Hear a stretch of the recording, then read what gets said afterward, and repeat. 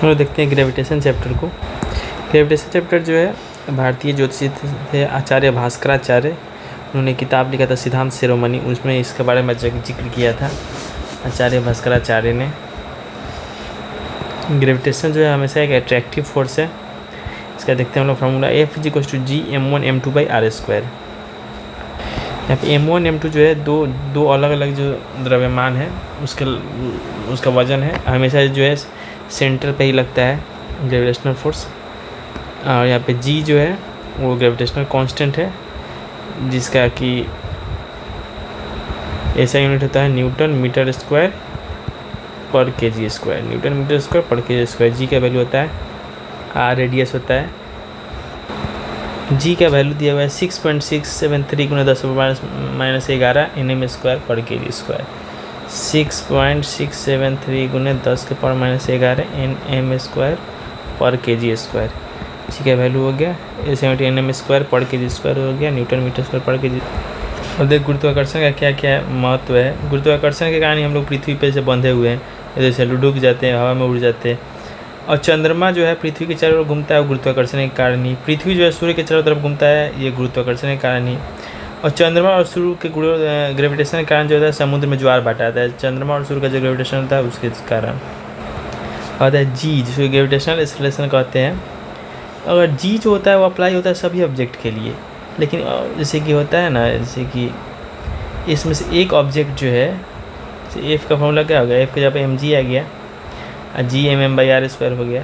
तब जो जी जो है वो होता है, जब इसको कब कंसीडर किया जाता है, जब उसमें से एक ऑब्जेक्ट अर्थ हो तभी ये जी काम करता है। जी जो होता है, ये जी जो है वो वस्तु के वजन पर निर्भर नहीं करता है। ये जी जो है इसका फार्मूला होता है G(m/r²). यहाँ पे m जो है वो अर्थ का मास है, r जो है अर्थ का रेडियस है। अर्थ का मास होता है 6 × 10⁻24 और रेडियस होता है 6.4 × 10⁻6, 6.4 × 10⁻6। ये जो है उस पर ऑब्जेक्ट पर बिल्कुल भी डिपेंड नहीं करता है। वैक्यूम में जो है ये सभी ऑब्जेक्ट जो है एक ही एक्सेलरेशन से गिरता है। वैक्यूम में गिरा, नेपाल का हो या भारी, सभी एक ही एक्सेलरेशन से गिरेगा। जी का वैल्यू होता है 9.8 मीटर/सेकंड²। उसके बाद देखते हैं जी और जी में अंतर क्या है। तो जी जो है हर जगह में से कांस्टेंट है, लेकिन जी जो है वो पृथ्वी, चंद्रमा, सूर्य, मंगल इस सब के लिए अलग अलग होता है। और बड़ा वाला जो कैपिटल वाला जी होता है यूनिवर्सल ग्रेविटेशनल कांस्टेंट हमेशा फिक्स ही रहेगा। अब देखते हैं हम लोग जी जो है उस पर कैसे वो बदलता है। तो जी जो है वो ऊपर जाने पर घटता है। सबसे समझ लीजिए, जैसे धरती है ना, यहीं पे जी सबसे ज़्यादा होगा। ऊपर जाइएगा भी तो घटेगा, नीचे जाइएगा तो घटेगा, क्योंकि नीचे जाइएगा तो रेडियस अर्थ का कम होता जाएगा। अर्थ का रेडियस कम होने के कारण ये जी का वैल्यू भी घटेगा, क्योंकि जी का फॉर्मूला होता है G(m/r²). इसीलिए अर्थ के पर सबसे ज़्यादा, अर्थ के ऊपर जाइएगा फिर कम, नीचे जाइएगा फिर भी कम। इसका सबसे ज़्यादा वैल्यू होता है Pg(PE), यानी सबसे पोल पर सबसे ज़्यादा होता है, इक्वेटर पर सबसे कम होता है। क्या है, क्योंकि पोल पर जो है रेडियस कम है, थोड़ा अर्थ पूरा कंप्लीट गोल नहीं है, अर्थ जो है थोड़ा सा चपटा टाइप है। तो पोल पर जो है, पोल पर चपटा होने के कारण पोल पर जो है इसका जी का वैल्यू सबसे ज़्यादा होता है और इक्वेटर पर सबसे कम होता है। रेडियस जो होता है इक्वेटर पर काफ़ी बड़ा हो जाता है। इक्वेटर ऐसे है कि वो ऐसे चपटा टाइप है तो धरती, इसीलिए। पृथ्वी जी जो है पृथ्वी घूमने पर भी डिपेंड करता है। अगर पृथ्वी घूमना बंद कर दे तो सभी जगह का जो जी का वैल्यू है और पोल के वैल्यू के बराबर ही हो जाएगा। सभी जगह जी का वैल्यू पोल के वैल्यू के बराबर हो जाएगा। अगर इसका स्पीड बढ़ जाए, मान लीजिए घूमते घूमते जो है इसका स्पीड बढ़ जाए, और स्पीड बढ़ेगा तो क्या होगा कि सिर्फ वहाँ का पोल का जो है सेम रहेगा और बाकी जगह का जो है वो घटने लगेगा। पोल का सेम रहेगा, बाकी सब जगह घटने लगेगा। और उसको स्पीड को 17 गुना ज़्यादा बढ़ा दिया जाए, घूमने वाले स्पीड 17 गुना बढ़ा दिया जाए तो इक्वेटर का जो है वो जीरो हो जाएगा। इक्वेटर का जो ग्रेविटेशनल एक्सेलरेशन है जी वो जो है वो जीरो हो जाएगा, और 17 गुना स्पीड बढ़ा दिया जाए घूमने का। तो ऐसे शुरुआत में बनाने पर पोल पर सेम रहेगा और सब जगह का घटने लगेगा। अब देखते हैं कि ऊपर से बॉल सामान गिरता है या फिर नीचे से ऊपर जाता है, उसके बारे में क्या क्या काम करता है। न्यूटन के लॉ जो है उस पर कैसे काम करता है। देखो वहाँ पर ग्रेविटेशन आ गया ना, कोई भी चीज़ ऊपर से नीचे गिर रहा है या नीचे से ऊपर जाता है, ग्रेविटेशन भी वहाँ पे आ गया। तो पहले होता है इसमें ए को रिप्लेस कर दीजिए जी से और एस को रिप्लेस कर दीजिए एच से, क्या ऊपर जा रहा है तो हाइट होगा और उस पर ग्रेविटेशन ऐसे लगेगा, फ्री फॉल कर रहा है ना, अपने से गिर रहा है, ज़बरदस्ती उसको ज़बरदस्ती नहीं फेंका जा रहा है, नहीं ज़बरदस्ती उसको क्या बोलते हैं हम, ज़बरदस्ती नहीं उसको फेंका जा रहा है, बस इतना ही ध्यान रखना है। तो अगर वो अपने आप ऊपर से नीचे जाता है तो वहाँ पे जी जो है वो पॉजिटिव होता है, लेकिन अगर नीचे से ऊपर जाता है तो वहाँ पे जी जो है निगेटिव हो जाता है। इस बात को ध्यान रखना है। उसके बाद फॉर्मूला हो जाएगा v equals to u minus g t, h equals to u t minus half g t square और v square equal to u square minus 2gh। ये फार्मूला इसी फार्मूला से डिराइव हो जाएगा। जैसे पहला में क्या दे रहा है, यदि गेंद को ऊपर की ओर फेंके तो यू जो है यू से फेंका जा रहा है तो v जो है हम लोग का 0 हो जाएगा। तो वहाँ v को 0 करेंगे तो यहाँ से हम लोग का t का वैल्यू आ जाएगा u डिवाइडेड बाई g। तो सबसे हाईएस्ट पॉइंट पर पहुँचने पर, मानिए यहाँ से बॉल को फेंका गया तो सबसे हाईएस्ट पॉइंट पर पहुँचने पर जो टाइम लगा उसको कहेंगे t equals to u by g. और कितना हाइट गया उसका भी यहाँ पे v0 डाल के यहाँ से निकालेंगे h equals to u square by 2g, h equals to u square by 2g। उसके बाद जाकर आने में टोटल समय लगा था t equals to 2u by g. इसको भी ऐसे निकाल सकते हैं लेकिन याद रखने में सही रहेगा। और पूछ जाएगा अगर ऊपर से नीचे आने में कितना लगा था, जितना नीचे से ऊपर जाने में लगता है उतना ही ऊपर से नीचे आने में लगता है, यानी कि दोनों के लिए t equals to u by g ही होगा।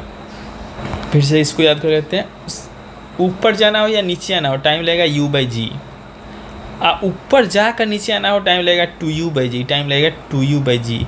कितना हाइट तक गया उसके लिए है you square divided by 2g। हम लोग वेट के बारे में देखते हैं। भार जो हमेशा बदलते रहता है, फिक्स टाइप नहीं होता है। इसका w इक्वल्स टू mg होता है, इसको याद रखना होगा। इसका ऐसे यूनिट न्यूटन होता है। बदलने के कारण ये वस्तु का भार जो चंद्रमा पर है वो धरती के 1/6 हो जाता है। हम लोग देखते हैं मास यानी द्रव्यमान और भार वेट में अंतर। मास जो हो गया स्केलर हो गया, क्योंकि फिक्स टाइप होता है, बदलता है नहीं, और वेक्टर जो बदलते रहता है तो इसलिए वेक्टर जो है भार जो है वेक्टर हो जाता है। भार वेक्टर एक ही जैसे हो गया तो भार हो गया वेक्टर, मास जो हो गया स्केलर हो गया।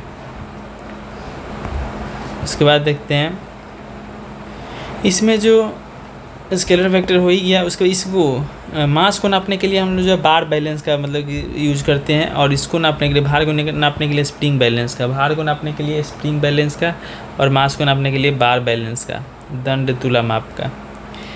द्रव्यमान मास का ऐसा ही मात्रा केजी है और जबकि भार का जो है वो न्यूटन है। ये बहुत बढ़िया पॉइंट है। मास का जो है वो केजी है, मास का द्रव्यमान का केजी है, और उसका क्या बोलते हैं वेट का जो है न्यूटन है। यहाँ पे पता है द्रव्यमान फिक्स होता है, भार जो है बदलते रहता है। तो देख केपलर के नियम को देखते हैं हम लोग।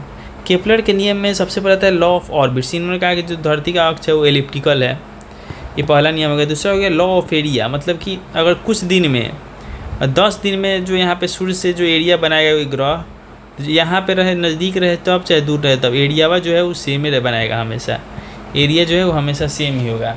इससे ये भी पता चलता है कि जब ग्रह सूरज से दूर होता है तो थोड़ा धीरे धीरे चलता है, नज़दीक होता है तो तेज़ी में चलता है। इस कारण एरिया जो है हमेशा सेम बनाता है, इसीलिए लॉ ऑफ एरिया बोला गया। ये इसमें कंजर्वेशन ऑफ एंगुलर मोमेंटम भी इसी लॉ में है, कंजर्वेशन ऑफ एंगुलर मोमेंटम पे काम करता है ये कानून। कहता है law of periods. Law of periods में क्या हुआ कि एक बार जो ग्रह को सूरज के चारों तरफ घूमने में जो टाइम लगता है उसको टी कहते हैं। इसके लिए एक इक्वेशन में निकाला है टी स्क्वायर जो डायरेक्टली प्रोपोर्शनल होता है रेडियस के क्यूब के, टी का स्क्वायर डायरेक्टली प्रोपोर्शनल होता है रेडियस के क्यूब के। इसी के कारण क्या होता है कि तीसरा नियम के कारण ही पता चलता है कि जो ग्रह सूरज से जितना दूर होगा उसका रिवोल्यूशन पीरियड उतना ही ज़्यादा होगा, उसका रिवोल्यूशन पीरियड उतना ही अधिक होगा। लिफ्ट में व्यक्ति का भार, अब इसका अगला टॉपिक है लिफ्ट में व्यक्ति का भार। भार निकाल के फॉर्म होता है एम जी, लेकिन यहाँ पे एक ठो एक्स्ट्रा आ जाएगा लिफ्ट का, तो एम जी के जगह हो जाएगा जी प्लस माइनस ए। अब देखिए जब लिफ्ट नीचे आएगा तो यहाँ पे हो जाएगा एम जी माइनस ए, जी माइनस ए, और जब लिफ्ट ऊपर जाएगा तो हो जाएगा एम जी प्लस ए। यानी कि ऊपर जाने में क्या होगा कि वस्तु भार में जो है बढ़ोतरी होगा, नीचे जाने में भार में जो है घटेगा। जी नीचे जाने में माइनस ए, ऊपर जाने में प्लस ए। ऊपर से अगर सेम वेलोसिटी से रहे तो एक्सेलरेशन 0 हो जाएगा, तो W equals to m g हो जाएगा। अगर सेम वेलोसिटी से हो तो अगर रस्सी टूट जाए, लिफ्ट का रस्सी टूट जाए तो यहाँ पर जी इक्वल्स टू ए हो जाएगा, यानी जी माइनस जी होके जो डब्ल्यू वेट जो है वो 0 हो जाएगा। यानी कि व्यक्ति को भारहीनता का अनुभव होगा, मोशनलेसनेस का अनुभव होगा उसमें। और नीचे आते समय जो है लिफ्ट जो है जी से अधिक स्पीड से नीचे आने लगे, 9.8 मीटर पर उससे भी अधिक नीचे से आने लगे, तो जो है व्यक्ति जो है लिफ्ट के छत से टकरा जाएगा, लिफ्ट के छत में उसका सर टकरा जाएगा, क्योंकि उसके जी जो है जितना एक्ट करेगा उससे ज़्यादा जल्दी नीचे आने लगेगा। नीचे आने पर माइनस होगा, काहे माइनस होगा देखते हैं, कि जी जो है वो भी नीचे ही लग रहा है और आ भी नीचे ही रहा है, तो दोनों सेम डायरेक्शन में होता है, तो वो क्या कहते हैं एक्सेलरेशन निकालने के लिए माइनस ही किया जाता है, जी माइनस ही हो जाएगा। और यहाँ पे क्या होगा, जब ऊपर जाएगा तो जी लगेगा नीचे, आदमी जा रहा है ऊपर, तो यहाँ पे प्लस जाएगा तो हो जाएगा जी प्लस सी। सेम वेलोसिटी में W = mg हो जाएगा, रस्सी टूट जाए तो 0 हो जाएगा, और जी से ज़्यादा स्पीड जाएगा तो सर छत में टकरा जाएगा। अब एक उपग्रह की गति जो होता है उसके बारे में देखते हैं।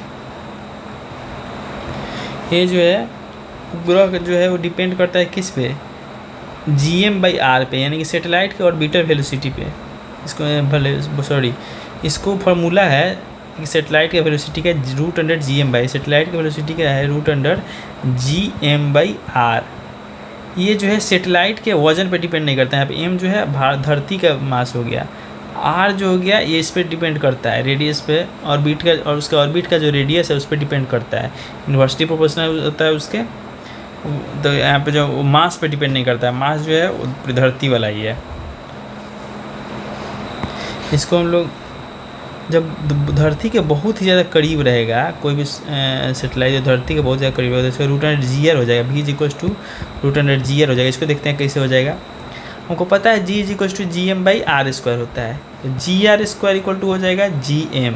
Gm यहाँ पे है, Gm के जगह पर लिख सकते हैं हम लोग Gr², तो एक बार से एक बार कट जाएगा, तो V = हो जाएगा √Gr। ठीक है, तो यहाँ से जो बहुत ही धरती के नज़दीक से जाएगा तो V = √Gr हो जाएगा। यहाँ पे r जो है धरती का रेडियस हो जाएगा, उसका ऑर्बिटर वेलोसिटी हो जाएगा 8 × 10⁻³ मीटर पर सेकेंड, और उसका टाइम पीरियड हो जाएगा 84 मिनट। बहुत ही नज़दीक से जाएगा तो उसका टाइम पीरियड हो जाएगा 84 मिनट, और उसका ऑर्बिटर वेलोसिटी 8 × 10⁻³ हो जाएगा। इससे मौसम संबंधी जानकारी प्राप्त किया जाएगा, बहुत ही नज़दीक से जाएगा ना ऑर्बिटर वेलोसिटी से मौसम संबंधी जानकारी प्राप्त किया जाएगा। उसके बाद जियो स्टेशनरी सेटेलाइट, ये हमेशा जो है पार्टिकुलर एक प्लेस रहता है उसी के ऊपर होता है, ऐसे अर्थ के इक्वेटर हो गया उसके सामने रहता है जियो स्टेशनरी सेटेलाइट। ये धरती से 36,000 किलोमीटर की ऊंचाई पे होता है, और इसका टाइम पीरियड जो है 24 घंटा, इसका टाइम पीरियड जो है 24 घंटा होता है। एक फिक्स जगह पर होता है, ये जियो स्टेशनरी होता है कि उस इक्वेटर के सामने कहीं फिक्स जगह पर होता है। उसके बाद आता है एक, इसका यूज़ किया जाता है जियो स्टेशनरी सेटेलाइट का मैसेज कम्युनिकेट करने में, मैसेज को कम्युनिकेट करने में जाता है, इसलिए कम्युनिकेशन सेटेलाइट भी कहा जाता है। जियो स्टेशनरी को कम्युनिकेशन सेटेलाइट भी कहा जाता है, और पहला जो जियो स्टेशनरी सेटेलाइट था उसका नाम था एप्पल। उसका होता है remote sensing satellite. Remote sensing जो होता है उसका क्या होता है कि एक फिक्स्ड प्लेस के जगह पर हमेशा पास करता है। परमाणु फिल्म देखे होंगे, अमेरिका वाला मॉनिटर करता था, एक फिक्स प्लेस से हमेशा वो पास करेगा, फिक्स टाइम पे हमेशा पास करते रहेगा।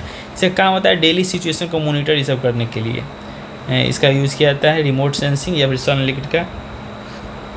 उसके बाद एक पॉइंट है कि हम लोग मोशनलेसनेस फील करते हैं आर्टिफिशियल सेटेलाइट में, क्योंकि जितना भी उस पर जी लगता है ना उसको रोटेशन करने में लग जाता है, सेंट्रीवेटल फोर्स के रूप में लग जाता है, इसलिए आर्टिफिशियल सेटेलाइट में जो है आदमी जो है मोशनलेसनेस फील करता है।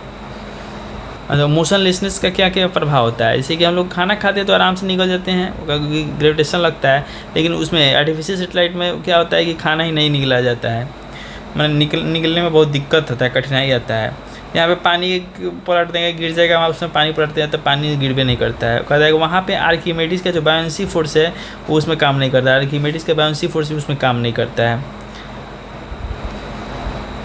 उसमें जो है आर्टिफिशियल सेटेलाइट में जो उसमें ऊपर नीचे कुछ नहीं होता है, जिसको जहाँ छोड़ दो वहीं रह जाता है। उसके अंदर जो पेंडुलम वाला ऑसिलेटर घड़ी जो होता है वो काम नहीं करता है, उसके अंदर काम करना बंद कर देता है। तो हम लोग देखते हैं एस्केप वेलोसिटी। एस्केप वेलोसिटी होता है ऑर्बिटल वेलोसिटी का √2 टाइम्स होता है, वो जो था वो था √2 Gm/r, तो उसके 2 गुना होता है, √2 गुना होता है ऑर्बिटल वेलोसिटी। कौन? Escape velocity. इससे मतलब कि कितना गुना से भेजेंगे धरती के एटमॉस्फेयर के जो है बाहर चला जाएगा, उसमें मतलब गिर फिर वापस ग्रेविटेशन उसको नहीं खींच पाएगा।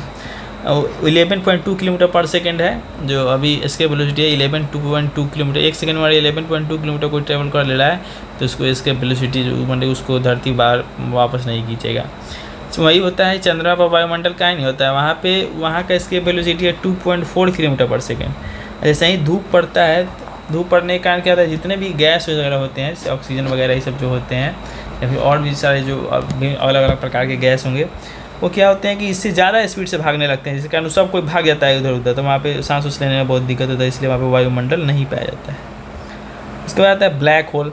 ब्लैक होल में इतना, ब्लैक होल कब बनता है, जब मान लिया कि दो वो चीज़ है, इसमें इतना तो स्ट्रॉन्ग ग्रेविटेशनल फोर्स लगने लगे कि एक दूसरे को खींचने लगे, पूरा सिकुड़ाने लगे, तो इसमें क्या होता है, वजनवा तो वही रहता है लेकिन सिकुड़ने लगता है, तो इसमें मास जो है सेम रहता है लेकिन रेडियस घटने लगता है। रेडियस घटने के कारण क्या होता है, रेडियस घटने के कारण इसका जो है इसके वेलोसिटी जो है वो बढ़ जाता है। यहाँ पे आर घटेगा तो आर घटेगा, मास तो सेम ही है, वो सिर्फ श्रिंक कर रहा है, इसके वेलोसिटी जो ब्लैक होल का वो बढ़ने लगता है। इसके तारा का लास्ट स्टेज जो है ब्लैक होल ही होता है। नेक्स्ट हम लोग देखेंगे ऐसे क्वेश्चंस को।